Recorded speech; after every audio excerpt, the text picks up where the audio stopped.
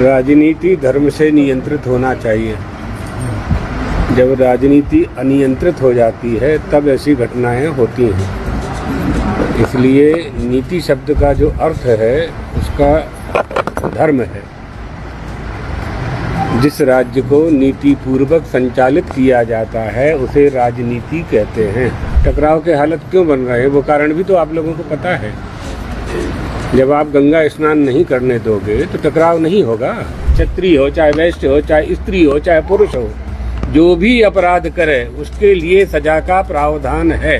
हिंदू होने का लक्षण क्या है? पहला लक्षण है गाय की पूजा, गाय की भक्ति। गाय में जिसकी भक्ति है वही हिंदू है।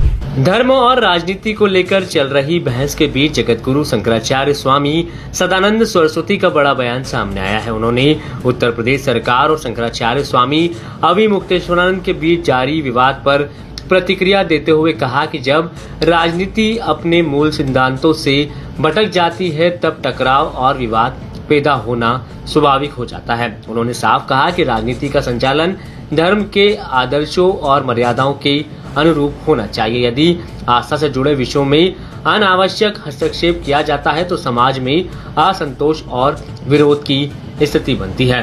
प्रयागराज में गंगा स्नान को लेकर उठे विवाद का जिक्र करते हुए उन्होंने कहा कि धार्मिक आस्थाओं पर रोक लगाने से स्वाभाविक रूप से लोगों की भावनाएं आहत होती है और टकराव की स्थिति पैदा हो जाती है। राजनीति धर्म से नियंत्रित होना चाहिए। जब राजनीति अनियंत्रित हो जाती है तब ऐसी घटनाएं होती हैं। इसलिए नीति शब्द का जो अर्थ है उसका धर्म है। जिस राज्य को नीति पूर्वक संचालित किया जाता है उसे राजनीति कहते हैं और वही राजनीतिज्ञ है जो नीति पूर्वक राज्य का संचालन करे। नीति कहाँ होती है? नेता में होती है। कब होती है? जब नेता में नैतिकता होती है तभी ना नीति का पालन करेगा, माने धर्म का पालन करेगा। तो यहाँ जैसे संविधान की शपथ लेकर के हमारा भारत देश चलता है तो संविधान की शपथ लेना माने संविधान में लिखे हुए मूल्यों की रक्षा करना, कर्तव्य का पालन करना।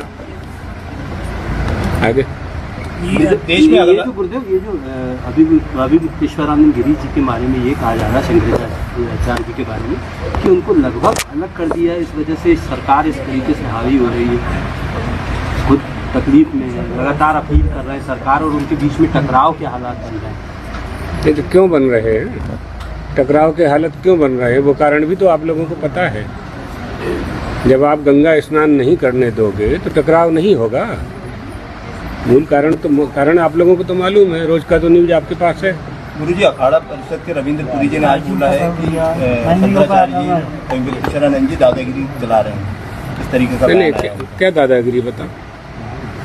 दादागिरी किसे कहते हैं? कौन सी दादागिरी है?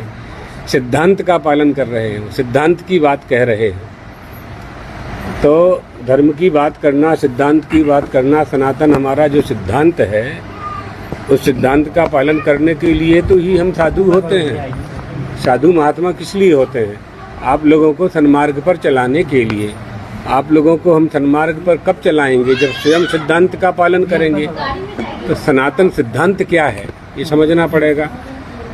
इसलिए हमारी जो प्राचीन परंपराएं हैं, हमारे जो मूल्य हैं, उनकी रक्षा करना हम लोगों का कर्तव्य है, आचार्यों का कर्तव्य है और उसका वो पालन कर रहे हैं।